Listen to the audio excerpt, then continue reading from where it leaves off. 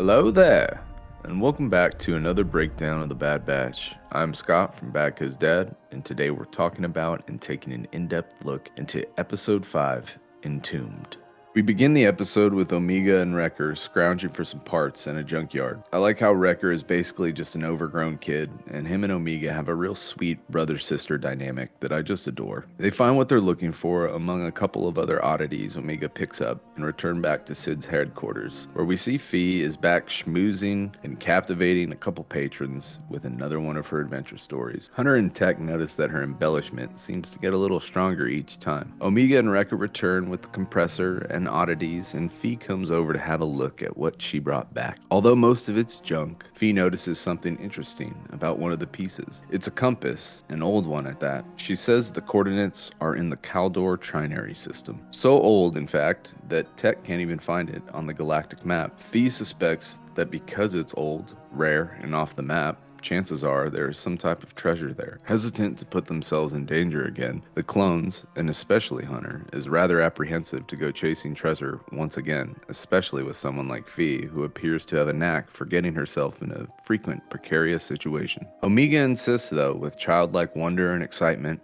and as any father could tell you, it's hard to say no to your kids when they look so happy. Echo notes that last time they went after treasure, well, it didn't quite go as planned. They arrive at a barren planet in the Kaldar system, and there's simply no sign of anything there. No creatures, no cities, relics, just a barren rock that appears to have been razed. The compass activates on its own after a few minutes after arrival, and they now have a course to follow. Omega excitedly hurries along, and the clones reluctantly follow. Omega and Fee seem to really get along, and Fee loves her enthusiasm. It's a nice change of pace of mentorship, as Fee serves as a way for Omega to tap into her childlike wonder and excitement. There's a lovable, adventurous side to Omega, and I feel that we often forget that at the end of the day, she's still just a child. The group arrives at the compass's location, and it's a dead end.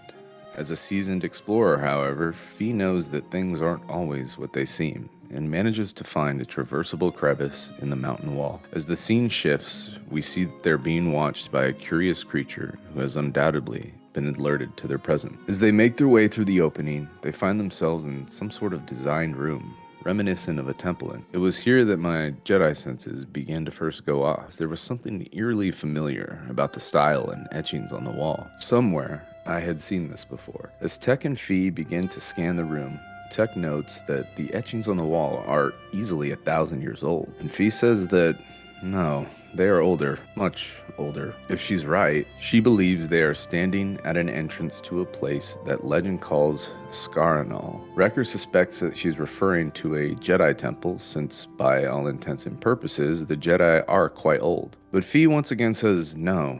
These are much older. She goes on to say that every pirate worth their weight knows the legend of Scaranol, and that inside lies the heart of the mountain, of course guarded by Smaug. The Arkenstone is a pathway to many abilities, some considered to be unnatural. Wait a second, wrong story. I'm starting to get my nerd knowledge all jumbled here.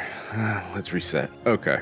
So, we suspect that the heart of the mountain could exist inside this temple, and Fee notices that there's a classic video game puzzle going on in this one. Again, where have I seen this before? I think I'm beginning to realize what we're up against. I have for sure seen this before. Omega realizes that the compass possesses guidance capabilities, and she's able to see clues through the lens. As they input the wrong sequence, the temple begins to shake and a boulder falls from the ceiling. Fee pushes Wrecker out of the way, saving his life. As they discover the right sequence, a door opens and they delve farther into their quest. I just have to take a minute right now and acknowledge the absolute incredible musical score in this episode.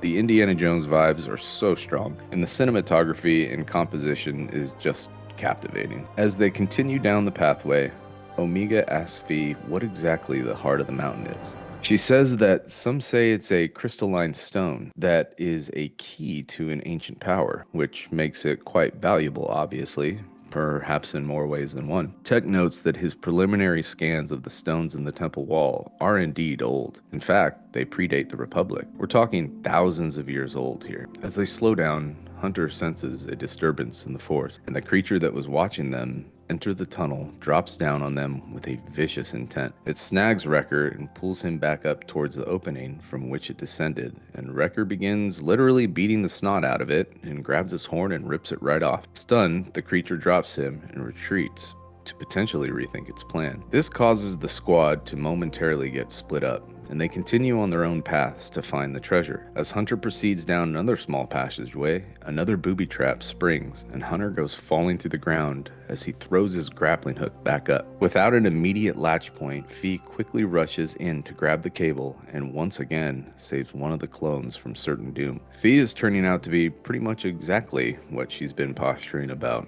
Perhaps the embellishment wasn't so far-fetched after all. Omega sees a slot that perfectly fits to her compass and places it in a structural keyhole that turns the pathway into a passable bridge as they continue towards their goal. The squad reunites and enters the final door leading them to the heart of the mountain. When they open the door and enter the room, we are shown a place that again looks eerily familiar. I know I've seen this before, somewhere. That's right, this is the place we visit in Jedi Fallen Order. This is Zeffo technology. Now, if you're not familiar with the game, the Zeffo are a species of ancient force-wielding beings who disappeared from the galaxy eons ago. In the game, Master Eno Cordova sent Cal Kestis to explore a part of their world, and at the point where we entered the temple, this looked almost uncanny from what we see in this episode. While it's not explicitly stated that this is indeed the Zeffo, there are clues that would lead us to believe that this is actually their technology. Without going into too much detail, the Zeffo were thought to be a peaceful civilization, but as most of history would show us, they over time became more and more corrupt. Eventually, their sages that used the Force, which they referred to as the Life Wind, began to fall into the use of what we now call the dark side. Facing extinction, the remaining Zeffo fled into the great unknown, hoping to finally find peace. And since then, there has been no inclination that they still remain somewhere out there in the galaxy. In the room laid the prize, the heart of the mountain, which essentially looked like a crystallized USB power source. Fee decided to run right up to it and remove it, Temple of Doom style. Classic Explorer mistake though, she forgot to swap it with a counterweight, rookie. With a great surge of power, the room began to shake violently, and a beam of light shot out of the mountain, revealing the emergence of a large tallneck from Horizon Zero Dawn. As Aloy began to climb the...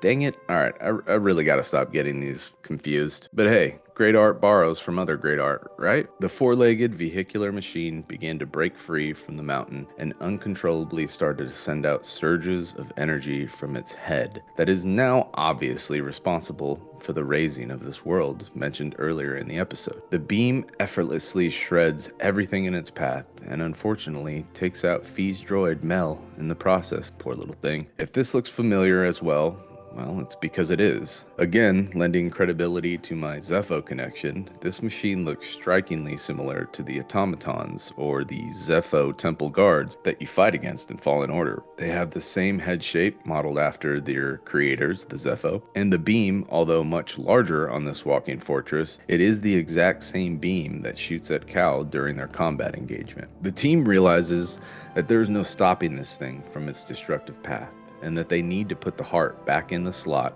before their ship is destroyed and they become stranded. The creature from before returns to settle the score, and I must say this particular animal looks like a miniature version of the Zilla Beast from the Clone Wars episodes. Is it related? I can't say yet. As the ground shakes beneath them and Fee tries to place the stone back in its place, she goes tumbling off the side, but Hunter, returning the favor, grabs her, rescuing her from plummeting to the depths below. As they engage, their gunfire proves ineffective, and Wrecker decides to take matters into his own hands and goes hammer throw style and whips the creature around by its tail, propelling it out the window. Just before their ship is destroyed, Tech places the stone back into its port. As it overloads and melts the stone, the machine goes crashing to the ground. Our squad once again finds themselves leaving the mission without a reward.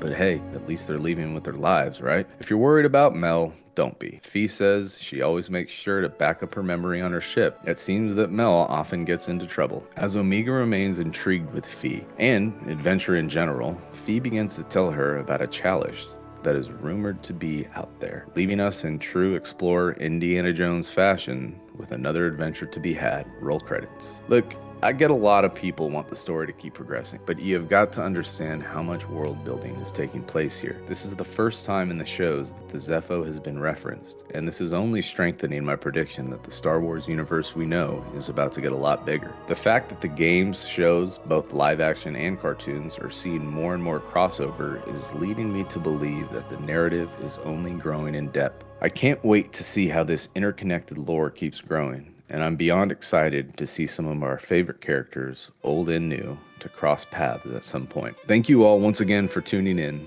I absolutely love going on this journey with you, and I have a great time breaking these down. See anything I miss? Please share in the comments, and let's combine our knowledge to see what fun theories we can come up with going forward. Don't forget to like and subscribe, and tune in for more content and live shows in the future. And always, may the Force be with you.